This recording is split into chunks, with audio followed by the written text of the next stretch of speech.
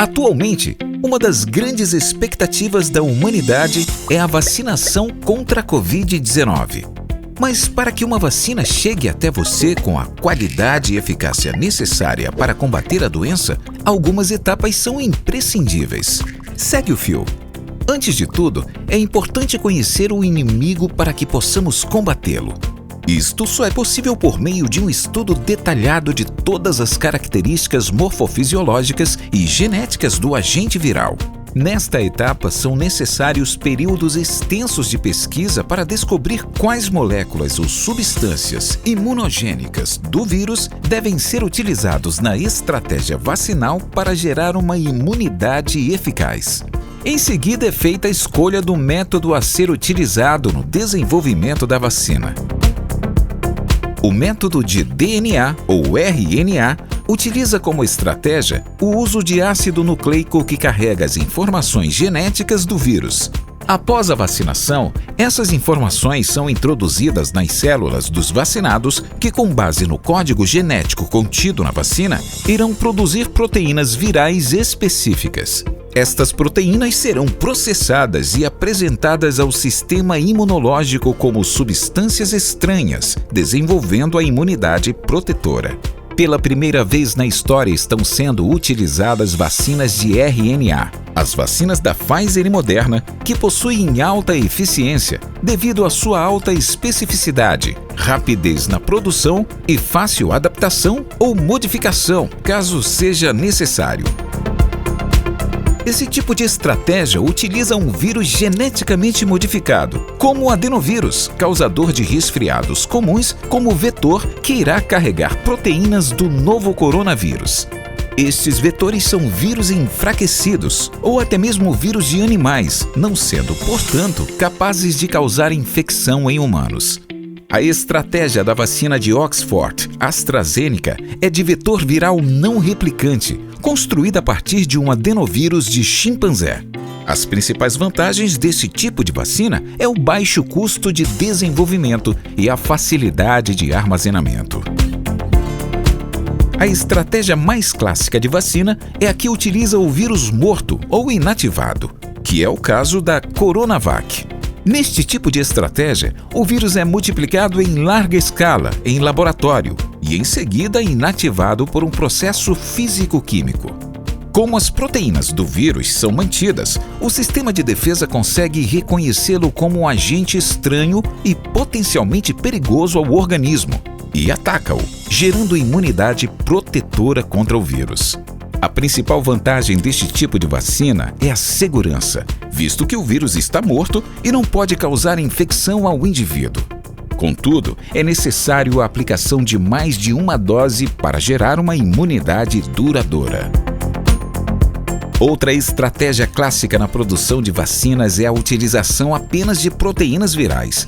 As proteínas são os principais componentes dos vírus que são reconhecidos pelo sistema imunológico. As vacinas para hepatite B, tétano, meningite e difteria utilizam este tipo de estratégia. Ao invés de utilizar o vírus inteiro, o pesquisador seleciona as proteínas virais com maior potencial de gerar resposta imune, as purifica e usa como vacina. Estas possibilidades de obtenção da vacina nos ajudam a perceber como existem processos diferentes para a obtenção de um produto, com maior ou menor grau de eficácia para uma mesma finalidade. Estes processos desenvolvidos pelos pesquisadores são frutos de uma atividade inventiva, conhecimento e experimentação. E no caso da vacina contra a Covid-19, apresentam uma novidade, pois o seu resultado, a vacina, não existia até o momento da sua criação. Voltando para a nossa história, nessa etapa são feitos os testes em laboratório, testes em cobaias e, finalmente, os testes clínicos. Nos testes pré-clínicos, os pesquisadores fazem testagens in vitro em laboratório e em animais para verificar sua eficácia. Já nos testes clínicos, o medicamento é aplicado pela primeira vez em um pequeno grupo de humanos saudáveis, sem a doença, para avaliar a segurança da vacina, dosagem correta, reação com outros medicamentos e bebidas alcoólicas e efeitos colaterais. Em seguida, é avaliado a eficácia da vacina em grupos de 100 a 300 pessoas. Ou seja, para validar se a vacina realmente protege as pessoas de serem infectadas. Por último, a eficácia da vacina é avaliada em grupos de 5.000 a 10.000 pessoas. Geralmente, esse grupo é formado por diferentes grupos populacionais de vários países para garantir a segurança e a eficácia da vacina de forma mais precisa. Em seguida, os laboratórios que produzem as vacinas solicitam sua aprovação para os órgãos regulatórios competentes do país, no caso do Brasil, a Anvisa. E onde entra a propriedade industrial? Ela vai garantir que as tecnologias, vacinas e direitos de exploração sejam de propriedade de quem as desenvolveu. ICTs, laboratórios, centros de pesquisas, evitando que os concorrentes se apropriem desse conhecimento em benefício próprio. Caso uma empresa manifeste interesse em explorar a tecnologia desenvolvida, ela pode fazê-lo por meio da transferência de tecnologia com quem desenvolveu. Estas parcerias são estabelecidas por meio de contratos ou convênios, onde são delimitados os interesses dos envolvidos. Se o pedido for aprovado pelo órgão regulatório, o produto começa a ser fabricado em grande escala.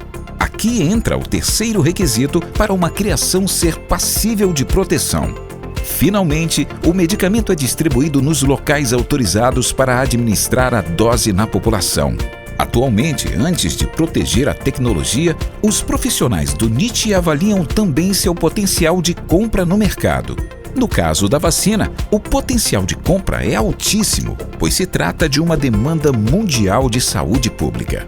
Assim, o ciclo se completa quando a inovação alcança o mercado e envolve transações decorrentes, alcançam-se impactos econômicos e sociais que melhoram a qualidade de vida das pessoas e permitem alimentar os processos inovativos.